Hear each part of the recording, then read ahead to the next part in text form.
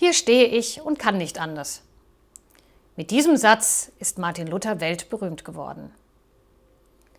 Mit ihm weigerte er sich, vor Kirche und Kaiser seine Schriften zu widerrufen. Was ist aus diesem Satz im 20. Jahrhundert im Protestantismus geworden? Wo gab es Mut und Widerstand? Der evangelische Theologe Dietrich Bonhoeffer ist ein eindrückliches Beispiel dafür. In der Nazizeit hat er das „Hier stehe ich und kann nicht anders" nicht nur gelebt, sondern auch mit seinem Leben bezahlt. Eine Villa in Berlin, Westend, ein vornehmes Viertel. Hier lebt seit 1935 der berühmte Psychiater Karl Bonhoeffer. Sein Sohn Dietrich, ein junger Theologe der Bekennenden Kirche, setzt sich aktiv gegen die Herrschaft Hitlers ein. Im April 1943 wird er in diesem Haus verhaftet, zeitgleich mit seinem Schwager Hans von Dohnanyi. Dieser ist zwar Offizier des Nachrichtendienstes der Wehrmacht, aber Hitlers eigene Geheimpolizei wittert Betrug in den eigenen Reihen. Dietrich Bonhoeffer wird nicht mehr freikommen. Kurz vor Kriegsende wird er hingerichtet. Seine Schriften aus dem Gefängnis erreichen aber nach 1945 eine ungeahnte Bedeutung. Der Theologe und eine Geheimdienstaktion. Die Hintergründe hat Dr. Winfried Meyer von der Technischen Universität Berlin erforscht. Ja, herzlich willkommen, Herr Meyer, hier im Bonhoeffer-Haus in der Marienburger Allee 43. Es ist das Haus, das die Eltern von Bonhoeffer selber entworfen haben und wo sie mit der Familie 1935 hierher gezogen sind. Und es ist auch das Haus, in dem Bonhoeffer dann verhaftet wurde. In der evangelischen Kirche gilt ja Bonhoeffer so als die Lichtgestalt des politischen Widerstands. Man liest Unterschiedliches über ihn in kirchlichen Schriften und manchmal liest man auch so etwas wie, er war ein Spion. War Bonhoeffer ein Spion? Das ist eine komplizierte Frage. Zumindest galt er als V-Mann, Vertrauensmann des militärischen Nachrichtendienstes, das heißt des Geheimdienstes der deutschen Wehrmacht. Und eine volkstümliche Bezeichnung für diese V-Leute, Informanten, ist eben Spion. Insofern könnte man sagen, volkstümlich gesehen war er ein Spion. Die Realität ist aber viel, viel komplizierter. Er kam zu seinem eigenen Schutz in diese Position. Er war ja im Sommer 1939 aus den USA nach Deutschland zurückgekehrt und er geriet dann schnell ins Visier der Gestapo, wurde zunächst mit Redeverbot belegt, im Sommer 1940, dann später im Frühjahr 1941 auch mit Schreibverbot. Das heißt, er verlor den Großteil seiner Wirkungsmöglichkeit. Und da kam sein Schwager Hans von Dohnanyi auf die Idee, Bonhoeffer unter den Schutz des Nachrichtendienstes der Wehrmacht zu stellen. Und die Idee war, dass man Bonhoeffer auch als solchen V-Mann verpflichtet und vor allem auch davor schützen kann, zur Wehrmacht, zum Kriegsdienst eingezogen zu werden, weil er eigentlich, Jahrgang 1906, dran gewesen wäre damit. Und das hätte auch das Ende all seiner Aktivitäten innerhalb der Kirche bedeutet. Sie hatten ja am Anfang auch gesagt, dass das für Bonhoeffer auch eine schwierige Situation war. Er hat dann sozusagen 2 Leben auch geführt. Oder kann man sagen, er hat ein Doppelleben tatsächlich geführt? Ja, wobei ich denke, dass diese Tätigkeit für die Abwehr, das war ja in erster Linie Fiktion. Er musste da ja nicht besonders viel machen. Er hat eben diese Reisen gemacht, die für ihn aber natürlich einen ganz anderen Zweck erfüllten. Die Abwehrtätigkeit hat ihm diese Reisen ermöglicht. Man darf sich das auch nicht so, und er musste dann irgendwelche relativ beliebigen Berichte über diese Reisen abliefern. Man darf sich das jetzt nicht so vorstellen, dass er da Tag ein, Tag aus mit irgendwelchen Spionagetätigkeiten zu tun hatte. Und wer wusste von Bonhoeffers Aktivitäten? Die Familie und sein V-Mann-Führer, würde ich sagen. Und vielleicht muss man noch mal auf den Hintergrund seiner Festnahme hier in diesem Haus kommen. Diese Festnahme erfolgte ja im Auftrag des Reichskriegsgerichts, also des höchsten Militärgerichts in Nazi-Deutschland. im Rahmen eines Ermittlungsverfahrens mit der Bezeichnung Depositenkasse. Und es wurde angegeben, dass Bonhoeffer zu Unrecht UK gestellt war, also vor der Einziehung zum Wehrdienst geschützt war, dass auf Betreiben Bonhoeffers auch andere Pfarrer der Bekennenden Kirche bzw. deren Söhne UK gestellt worden waren von der Abwehr. Also das Ermittlungsverfahren richtete sich in erster Linie gegen Hans von Dohnanyi und Hans Oster, und Bonhoeffer war am Rande da beteiligt und betroffen. Das würde also auch erklären, warum es da noch so große Hoffnung immer gab, dass er freikommen könnte. Zunächst liefen diese Ermittlungen wegen Hoch- und Landesverrats, und dann ist es aber einflussreichen Freunden der Familie gelungen und eben auch den Druck, den Canaris gemacht hat, weil er selbst zunehmend in das Zentrum dieser Ermittlungen geriet, gelungen, für eine Entpolitisierung des Verfahrens zu sorgen. Deswegen gab es eben immer die Hoffnung, dieses Verfahren könnte niedergeschlagen werden, war aber nicht erfolgt, und dann kam der 20. Juli und dann kam eben raus, dass diese Leute, Hans Oster, Hans von Dohnanyi und mit ihnen eben dann auch Bonhoeffer, eben seit 1938 am Sturz des Hitlerregimes gearbeitet hatten. Und dann war natürlich die Hoffnung futsch. Dann bisher lief das Verfahren innerhalb der Wehrmachtjustiz, dann hat die Gestapo das übernommen und alle Leute zu sich ins Hausgefängnis geholt und versucht, eben diese früheren Staatsstreichvorbereitungen aufzuklären. Dietrich Bonhoeffer ist ja auf einer Schule gewesen, wo 1/3 seiner Klasse jüdische Schüler, Schülerinnen waren. Abgesehen von den theologischen Auseinandersetzungen, wo er sich ja schon früh für die Juden eingesetzt hat, gibt es eigentlich auch im Hinblick auf seine Tätigkeit im Widerstand Aktionen, Aktivitäten, die Juden geschützt oder gerettet haben? Also mir fallen da zwei Beispiele ein. Das eine Beispiel ist, dass er Charlotte Friedenthal, eine ganz, ganz wichtige Mitarbeiterin der vorläufigen Leitung der Bekennenden Kirche, die evangelische Christin, aber jüdischer Herkunft war, dass er die in diese Rettungsaktion Hans von Dohnanyis einbezogen hat, die unter dem Abwehrdecknamen Unternehmen 7 lief. Also das ist ein konkreter Fall, wo Bonhoeffer dazu beigetragen hat, jemanden zu retten, der wegen seiner jüdischen Herkunft bedroht war. Und von Bonhoeffer gemeinsam mit Friedrich Justus Pehl stammen die allerersten Berichte, die von Angehörigen der Opposition über die Judendeportationen gemacht worden sind, die ja hier in Berlin im Mitte Oktober 1941 begannen. Und Bonhoeffer und Peretz haben sich eben das offensichtlich auch angeguckt, weil anders kann man zu den Informationen nicht kommen, und haben eben diese Berichte über die NA-Evakuierung, nicht ARIA-Evakuierung verfasst, die an Hans von Dohnanyi gegeben wurden, der sie dann an die Generalität weiterleiten sollte, in der Hoffnung, dass diese Berichte über die brutale Deportation zunächst der Berliner Juden, aber auch aus anderen Großstädten des Reiches, die Generalität zum Einschreiten veranlassen würde, was leider eine vergebliche Hoffnung war. Sie haben ja jetzt Bonhoeffer sehr differenziert in den militärischen Widerstand eingebettet. Was würden Sie denn sagen aus Ihrem Wissen heute, wenn Sie sich die kirchliche Rezeption Bonhoeffers angucken und gerade speziell sein Wirken im Widerstand? Wo müsste man vielleicht doch andere Akzente setzen? Ist das Bild zutreffend? Ich glaube, dass es da eine unzutreffende Heroisierung Bonhoeffers im politischen Widerstand gibt und in seiner Identifizierung zum Beispiel mit dem 20. Juli.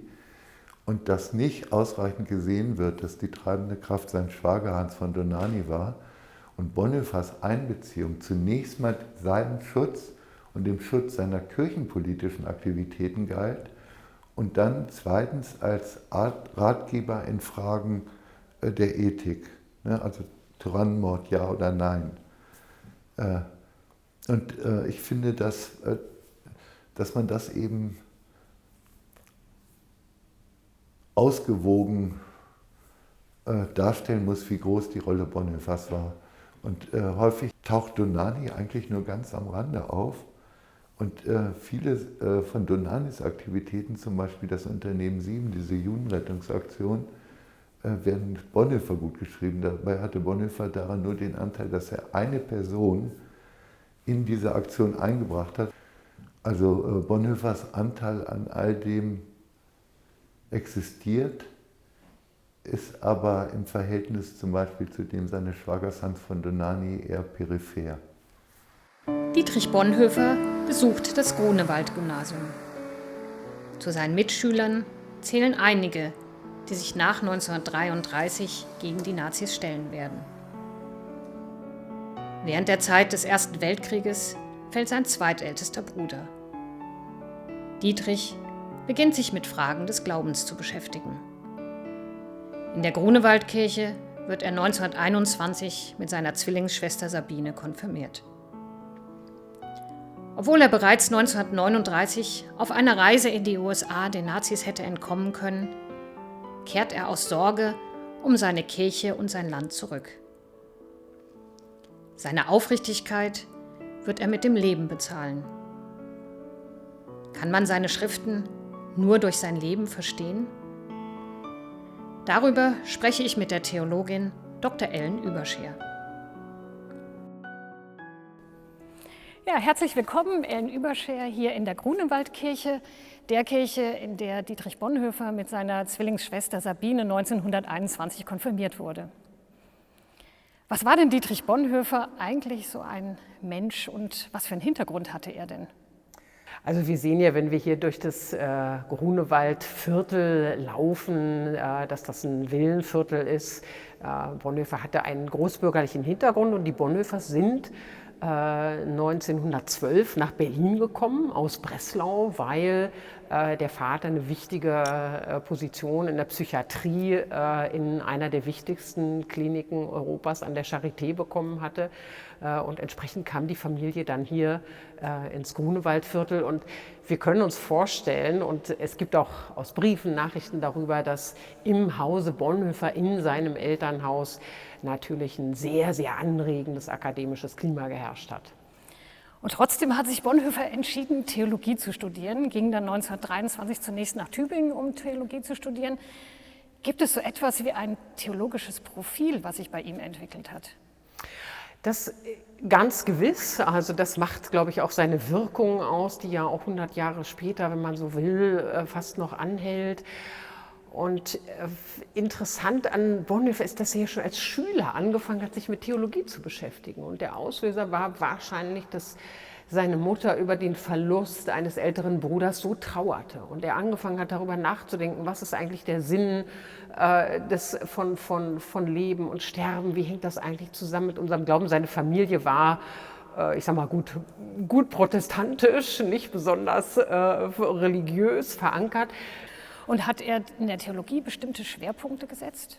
Auf jeden Fall für Bonhoeffer stand im Zentrum die Christologie.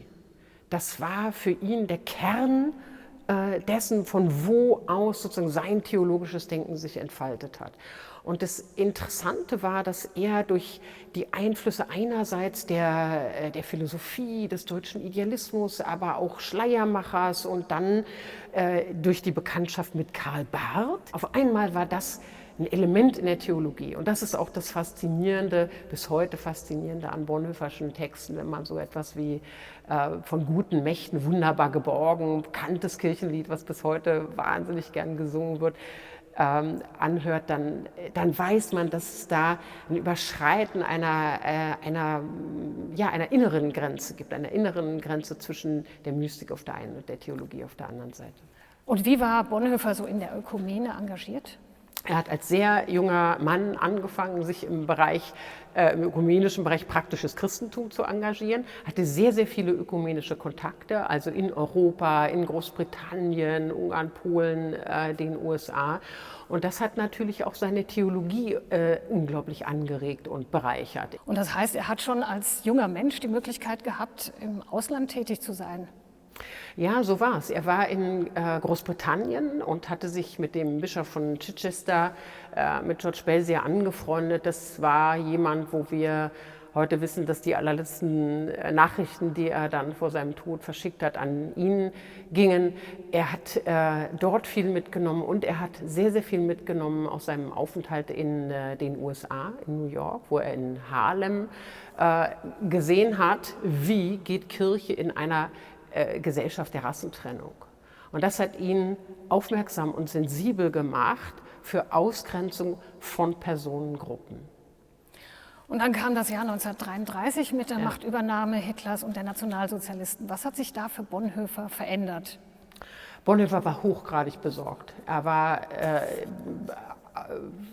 völlig konsterniert und auch entschlossen, das nicht hinzunehmen, ja? Nicht sozusagen seinen eigenen guten Weg zu suchen, sondern Widerstand zu leisten. Und das relativ von Anfang an. Also seine Sensibilität für die Ausgrenzung von Menschen hat dazu geführt, dass er einer der Ersten war und auch einer der wenigen, die sich ganz klar zum Umgang mit den Juden geäußert haben. Dann hat er mit Martin Niemöller zusammen einen Bund gegründet von Pfarrern, waren ja alles Männer damals, Frauen wurden noch nicht ordiniert, die gesagt haben, wir gründen einen Notbund, weil dieses nicht mehr unsere Kirche ist. Und gab es da eine Person, die besonders herausragte?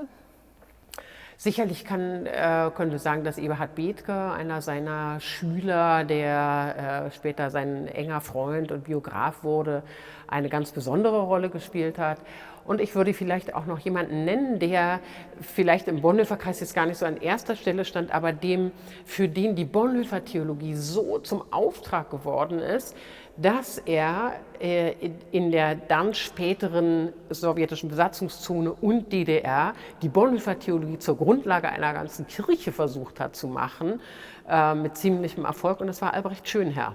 Insofern würde ich sagen, das sind so die Eberhard Bethge mit der Bewahrung des Erbes, auch des Schriftlichen, und auf der einen Seite und Albrecht Schönherr auf der anderen Seite mit der praktischen Auswirkung auf die Kirche in der DDR. Das sind vielleicht die beiden, die die stärkste Wirkungsgeschichte erzeugt haben. Was würden Sie denn sagen, was ist von Bonhoeffers Theologie, von seinem Leben heute noch bewahrenswert? Ich glaube, er ist eine der ganz großen Gestalten des Widerstandes, Orientierungsgestalten des Widerstandes in Europa. Das ist so das eine, und das ist sicherlich auch der populäre Teil. Und auf der anderen Seite sind es die Lieder, das ist ganz klar. Und auf der anderen Seite, dass wir nicht daneben stehen, sondern dass, wenn niemand anders da ist, wir diejenigen sind, die dem Rad in die Speichen fallen, nicht wie er sich einmal ausgedrückt hat. Und das ist, glaube ich, etwas, was immer wieder Orientierung bietet für Menschen, die in schwierigen, in bedrängten Situationen sind. Und kann man sagen, dass Bonhoeffer ein Märtyrer war? Bonhoeffer hat ja kurz vor seiner Verhaftung, auf seiner letzten Reise, seine Schwester in England besucht. Und dann hat zu seinen beiden Nichten gesagt, es gibt so etwas wie Märtyrertum, und das müssen wir auch tragen, weil wenn wir die Verantwortung haben, müssen wir sie nehmen. Und insofern würde ich sagen, wenn er selber der Meinung war, dass das für ihn ein Weg ist, dieses Märtyrerwort auch ausgesprochen hat, ich finde, dann ist es an uns, das auch ernst zu nehmen und zu sagen, ja, er war ein Märtyrer.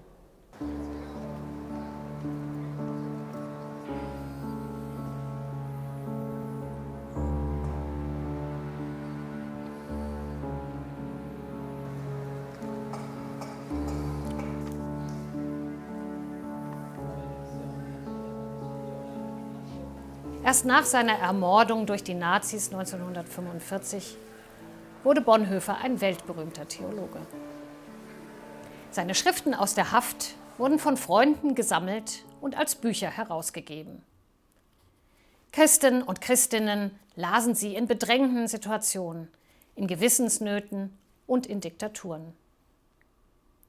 In der DDR inspirierte Bonhoeffer zum Widerstand gegen das SED-Regime. In Südafrika gegen das Apartheidsregime. Und das machte ihn zu einer globalen Ikone des kirchlichen Widerstandes.